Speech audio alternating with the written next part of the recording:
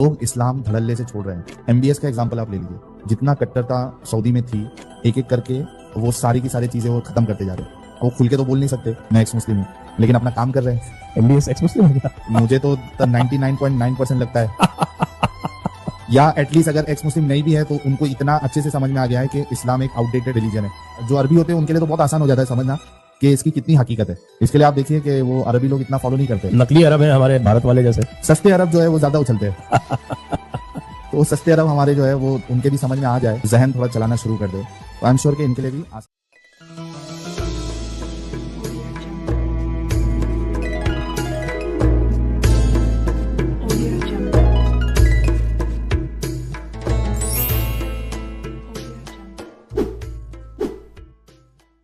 وہ کہہ رہی تھی کہ حجاب is an essential part of Islam, تو ہمیں فرانس میں پہننے دیا جائے. فرانس کے کورٹ نے دونوں یاچیکاؤں پہ یہی کہا کہ آپ اپنے الہامی کتاب القرآن سے مجھے دکھا دیجئے حجاب, برقع, نقاب, عبایا کہاں پر لکھا ہوا. کچھ مینشن ہی نہیں تھا قرآن میں. فرانس کے جج نے کہا کہ پینلٹی دائر کروں گا تمہارے اوپر دوبارہ کورٹ کا اگر وقت ضائع کیا تو. اگر مینشن ہے قرآن میں, قرآن کی وہ آیت بتاؤ اور ججمنٹ اپنے نام سے لے جاؤ. اگر مینشن ہے قرآن میں, قرآن کی وہ آیت بتاؤ اور ججمنٹ اپنے نام سے لے جاؤ. اگر مینشن ہے قرآن میں, قرآن کی وہ آیت بتاؤ اور ججمنٹ اپنے نام سے لے جاؤ. تو یہ ویڈیو تھی ان کی.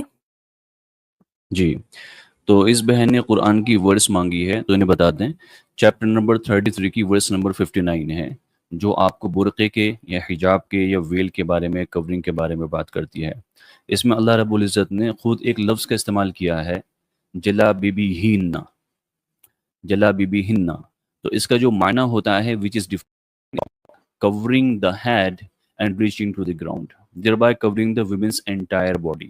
تو پرپز یہ ہوتا ہے کہ آپ نے اپنی زیب و زینت کو چھپانا ہے, باڈی شیپ کو چھپانا ہے, اور اس کا مقصد یہ نہیں ہے کہ آپ کو کرا جا رہا ہے یا آپ کو آپ کے پر کاٹے جا رہے ہیں اور قید میں رکھا جا رہا ہے, بلکہ پرپز یہ ہے کہ ویمن کی ایک پرائیویسی ہوتی ہے اور اس پرائیویسی کو مینٹین رکھنا ہے.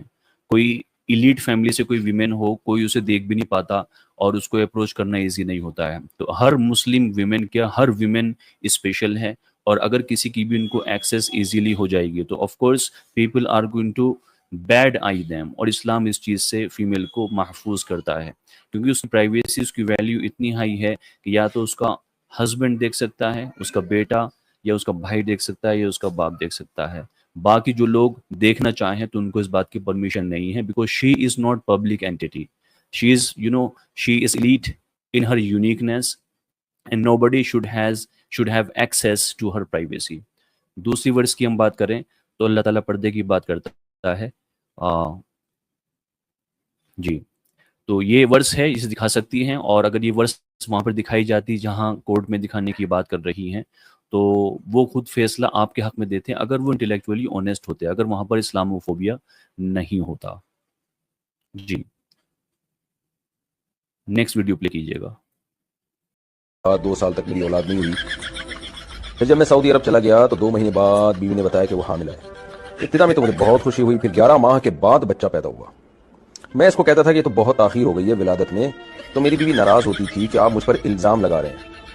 میرے پاس کوئی ثبوت بھی نہیں ہے, مجھے نہیں پتا کہ میری بیوی سچ بول رہی ہے یا جھوٹ بول رہی ہے. میں بہت پریشان ہوں کہ کیا کروں.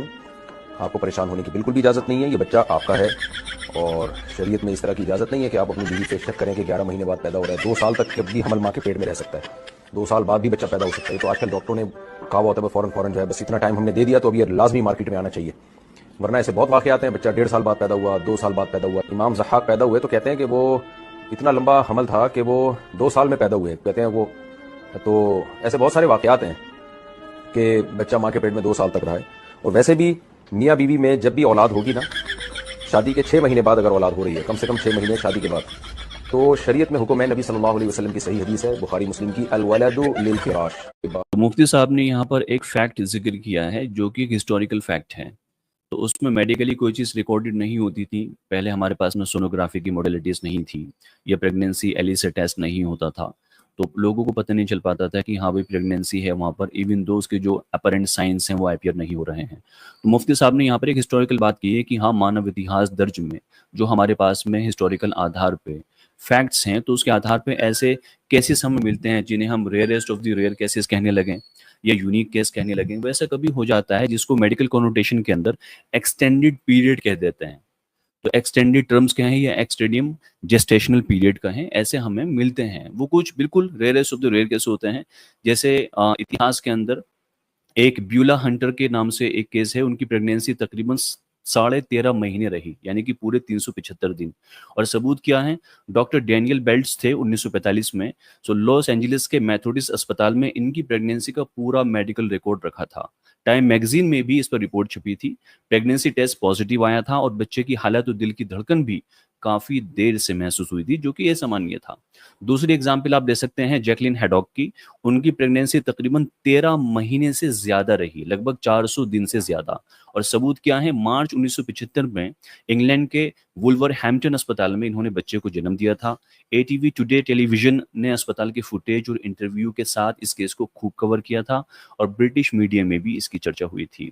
تیسرا میں آپ کو ادہرن دے سکتا ہوں چائنا کا. وہاں پر وانگ شی کی پریگنینسی تقریباً 17 مہینے چلی, جو کہ عام طور پہ 9 مہینے کا جسٹیشن پیریڈ ہوتا ہے, یہاں پر 17 مہینے چلی. اور ثبوت کیا ہے کہ چین کے ہونان پرانت میں 2016 میں یہ معاملہ سامنے آیا تھا. حالانکہ شروعاتی پریگنینسی چیک اپ کے ریکارڈ اور الٹرا ساؤنڈ کی پشتی نہ ہونے کے کارن اس پر کئی سوال اٹھے تھے.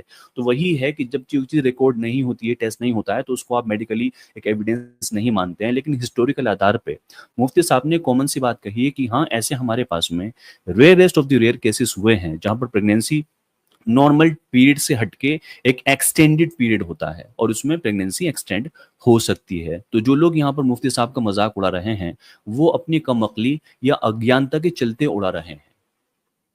جی عائزہ. جی, ساتھ ساتھ میں ویورز کو یہ بھی بتا دوں کہ یہ جو ویڈیو ہے وہ ہم نے انہی کی پوسٹ سے لیے جہاں پہ یہ مذاق اڑا رہے تھے. تو ہم نے اپنی طرف سے کوئی اس میں ایڈ نہیں کیا ہے, لافنگ اور ایسی کوئی بھی چیزیں. یہ ایکس مسلمز کے پوسٹ پہ تھی. جزاک اللہ. تھرڈ ویڈیو پلے کر دیتی ہوں. لوگ اسلام دھڑلے سے چھوڑ رہے ہیں. ایم بی ایس کا ایگزامپل آپ لے لیجیے, جتنا کٹرتا سعودی میں تھی ایک ایک کر کے وہ ساری کی ساری چیزیں وہ ختم کرتے جا رہے ہیں. وہ کھل کے تو بول نہیں سکتے میں ایکس مسلم ہوں, لیکن اپنا کام کر رہے ہیں. M B S ex Muslim ہے کیا؟ مجھے تو 99.9% لگتا ہے, یا ایٹ لیسٹ اگر ایکس مسلم نہیں بھی ہے تو ان کو اتنا اچھے سے سمجھ میں آ گیا ہے کہ اسلام ایک آؤٹ ڈیٹڈ ریلیجن ہے. جو عربی ہوتے ہیں ان کے لیے تو بہت آسان ہو جاتا ہے سمجھنا کہ اس کی کتنی حقیقت ہے. اس کے لیے آپ دیکھیے کہ وہ عربی لوگ اتنا فالو نہیں کرتے. نقلی عرب ہے ہمارے بھارت والے جیسے. سستے عرب جو ہے وہ زیادہ اچھلتے ہیں. تو سستے عرب ہمارے جو ہے وہ ان کے بھی سمجھ میں آ جائے, ذہن تھوڑا چلانا شروع کر دے, تو آئی ایم شیور کہ ان کے لیے بھی آسان. تو یہاں پر بھی اسلام کے تعلق سے زہر اگلا جا رہا ہے, لیکن ان بھائی کو یہ نہیں پتا کہ اسلام کی بنیاد کیا ہے, کس کے کندھے پر ہے دین کی عمارت. سب سے پہلے ایک بنیادی بات سمجھ لیں, اسلام کی عمارت قرآن شریف ہے, پیغمبر محمد صلی اللہ علیہ وسلم ہیں اور ان کے صحابہ کرام رضی اللہ عنہم اجمعین ہیں, اور ان کی تعلیمات کے اوپر اسلام کھڑا ہوا ہے. یہ کسی ایک شخص کے, چاہے وہ کتنا بھی بڑا کیوں نہ ہو, اس کے نجی ایمان یا عمل پر نربھر نہیں کرتا ہے. اسلام کی طاقت, اسلام کی سچائی کسی بھی حکمران, کسی بھی سیاست داں, یہاں تک کہ کسی بھی عالم کی روحانی حالت سے آزاد ہے. تو مسٹر ایم بی ایس جیسے کسی بھی شخص کے نجی ایمان کے بارے میں جو باتیں پھیلائی جا رہی ہیں وہ اسلام کی حقیقت سے بالکل بے ایمانی ہے. اسلام کے سچ کے دعوے اپنی جگہ مضبوط ہیں, جو اللہ کے کلام یعنی قرآن اور پیغمبر محمد صلی اللہ علیہ وسلم کی تعلیماتوں اور ان کے طور طریقوں سے نکلتے ہیں. اگر کوئی اسلام چھوڑنے کا فیصلہ کرتا ہے یا اس کے ایمان پر کوئی بے بنیاد الزام لگایا جاتا ہے, جیسے کہ ایم بی ایس کے ایمان کے اوپر یہ لوگ الزام لگا رہے ہیں, تو اس سے دین کی سچائی یا اس کے بنیادی اصولوں میں کوئی کمی نہیں آتی. ہماری بحث کا اصلی مقصد اسلام کی اندرونی سچائی ہونی چاہیے, نہ کہ کسی فرض کیے گئے شخص کے ذاتی عقیدے پر ہو. تو دوسری چیز یہ ہے کہ نبی پاک علیہ الصلوۃ والسلام نے امت کے حال پہ ایک پیشین گوئی فرمائی تھی. دنیاوی بھاگ دوڑ اسلامی اہمیت کیسے کم ہو جائے گی. پیغمبر محمد صلی اللہ علیہ وسلم نے واقعی ایسے وقت کی پیشین گوئی کی تھی کہ جب مسلم قوم دنیاوی قوموں میں اتنی مگن ہو جائے گی, دنیاوی کاموں میں اتنی مگن ہو جائے گی کہ ان کے دلوں سے اسلام کی اصل اہمیت اور اس کی قدر کم ہو جائے گی. سنن ابو داؤد کے اندر کتاب 37 اور حدیث نمبر 4296 sunnah.com کی سیکوینس میں, اور مسند احمد میں ہمیں ایک حدیث ملتی ہے. یہ حدیث اس طرح سے ہے کہ رسول اللہ صلی اللہ علیہ وسلم نے فرمایا, دوسری قومیں تمہارے اوپر ایسی ٹوٹ پڑیں گی جیسے کھانے والے اپنے دسترخوانوں پر جمع ہوتے ہیں. جب پوچھا گیا کہ یہ ہماری کم تعداد کی وجہ سے ہوگا, تو آپ صلی اللہ علیہ وسلم نے فرمایا کہ نہیں, تم تعداد میں بہت زیادہ ہوں گے لیکن تم سیلاب کے جھاگ کی طرح بے جان ہوں گے، اور اللہ تمہارے دشمنوں کے دل سے تمہارے خوف کو نکال دے گا اور تمہارے دلوں میں کمزوری ڈال دے گا۔ پھر پوچھا گیا اللہ کے رسول سے کہ یہ کمزوری کیا ہے؟ تو آپ صلی اللہ علیہ وسلم نے فرمایا تھا کہ دنیا سے محبت اور موت سے نفرت۔ تو یہ حدیث صاف بتاتی ہے کہ اسلام بتاتی ہے کہ کیسے دنیاوی لالچ اور امت کو اندرونی طور پر کمزور کر دے گا۔ یہ نبی صلی اللہ علیہ وسلم کی دور اندیشی کا ثبوت ہے، نہ کہ اسلام میں کوئی کمی ہے۔ تو جانکار لوگوں کے دنیا سے رخصت ہونے پر سچائی کا دھندلا پڑنا یہ ایک فیکٹ چیز ہے۔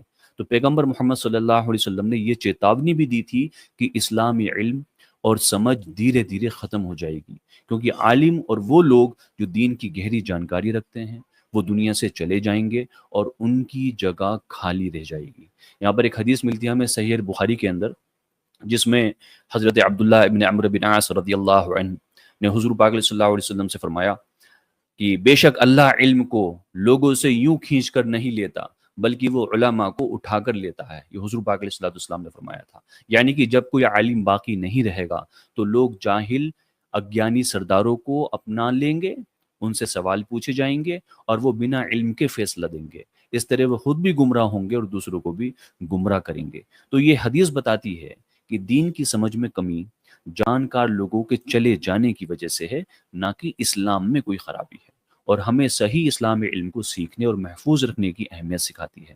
تو اسلام آج بھی تب سے سب سے تیزی سے بڑھنے والا دین ہے۔ ان اندرونی چنوتیوں کی پیشین گوئیوں کے باوجود ایک زبردست آج کی سچائی کو اجاگر کرنا ضروری ہے۔ اسلام دنیا بھر میں سب سے تیزی سے بڑھنے والا مذہب ہے، اور ٹھوس آنکڑے اور سوالوں کے چلتے بات میں عرض کر رہا ہوں۔ پیو ریسرچ سینٹر نے ایک زبردست حوالہ دیا تھا 2015 کے اندر، جس کے چلتے اس چلن کو بڑے پیمانے پر ریکارڈ کیا گیا۔ ان کی رپورٹ کہتی ہے کہ the future of world religions population growth and projections 2010 سے لے کے 2050 تک کی یہ بھوشیہ وانی کی گئی ہے، جو 2 اپریل 2015 کو چھپی تھی، اور اس کے بعد کے اپڈیٹس بھی وہاں پر موجود ہیں۔ یہ اندازہ لگاتی ہے کہ آنے والے دشکوں میں اسلام دنیا کا سب سے تیزی سے بڑھنے والا مذہب ہوگا، اور اس کی مکھی وجہ ہے ایک نوجوان آبادی، ساتھ ہی بڑی تعداد میں لوگوں کا اسلام قبول کرنا بھی اس کی ترقی میں ایک اہم کردار ادا کرتا ہے۔ وہ یہاں تک انومان لگاتے ہیں کہ 2050 تک مسلمانوں کی تعداد دنیا بھر میں عیسائیوں کی تعداد کے لگ بھگ برابر یا اس سے زیادہ ہو جائے گی۔ تو یہ کہنا کہ فلاں شخص نے ایمان چھوڑ دیا یا وہ چھوڑ سکتا ہے، یا اس کے مسلم ہونے کے باوجود بھی چونکہ اس کی سوچ سیکولر ہے یا وہ پولیٹیکلی کوئی ایسی چیزیں کرتا ہے جو اسلام کے اگینسٹ بظاہر نظر آتی ہیں، تو یہ الزام نرادھار ہیں، بے بنیاد ہیں، کیونکہ اسلام کی بنیاد قرآن، احادیث، صحابہ، حضور پاک علیہ السلام ہیں، نہ کہ کوئی بھی پولیٹیکل فکر۔ جی عائشہ۔ جی بالکل صحیح کہا آپ نے۔ اور جیسے ہم دیکھتے ہیں آج کل کے جو ایکس مسلم بنے پھرتے ہیں، جو کہتے ہیں ہم نے اسلام چھوڑ دیا، یا تو وہ پیسوں کے لیے چھوڑتے ہیں یا تو وہ فیمس ہونے کے لیے چھوڑتے ہیں، اور جب ہم ان کی دلیلیں دیکھتے ہیں یا ان کے اعتراضات دیکھتے ہیں تو اس میں کوئی بھی تک نظر نہیں آ رہا ہوتا ہے۔ وہ صرف اپنے حساب سے ساری اسٹوریاں لگا کے، بھائی مجھے ایپل کھانے نہیں دیا تو میں نے اسلام چھوڑ دیا، مجھے کیک کھانے نہیں دیا تو میں نے اسلام چھوڑ دیا، اس کے علاوہ کوئی بھی سینسیبل دلیل نہیں نظر آتی ہے ان کی، آج تک نہیں آئی ہے۔ لٹرلی کامیڈی شوز بنا دیا ہے اپنے اسٹریمز کو انہوں نے، کچھ بھی آتا نہیں ہے ان کو، نہ عربی پڑھنی آتی ہے، نہ کوئی نالج ہے، نہ اسلام سے ان کا دور دور تک کوئی لینا دینا تھا، نہ ان کو نمازوں کا پتہ ہے۔ جی بالکل۔ تو اکثر تو اسلام کے اوپر جتنے بھی ایلیگیشنس ہیں، چاہے ان کا سب سے بڑا ترم خواہ ہو یا بالکل عام طور پہ وہ کرائے کے ٹٹو ہوں، وہ سارے کے سارے بیوقوفی بھری باتیں لے کے آتے ہیں، لیکن ان لوگوں کو جن کے پاس میں اسلام کا گیان نہیں ہے، یا وہ ایسے سماج میں رہتے ہیں جس کی انفلوئنس کے کارن وہ اسلام سے دور ہوتے ہیں، یا گناہوں کی وجہ سے ان کے دل سیاہ ہو چکے ہیں، وہ لوگ ان کی باتوں میں آ جاتے ہیں اور اسلام کو چھوڑ بیٹھتے ہیں۔ اس لیے کہا جاتا ہے کہ اسلام کو جاننے کے لیے، کسی بھی دھرم کو جاننے کے لیے اس کے گرنتھوں کو سمجھیں اور پڑھیں اور جانیں۔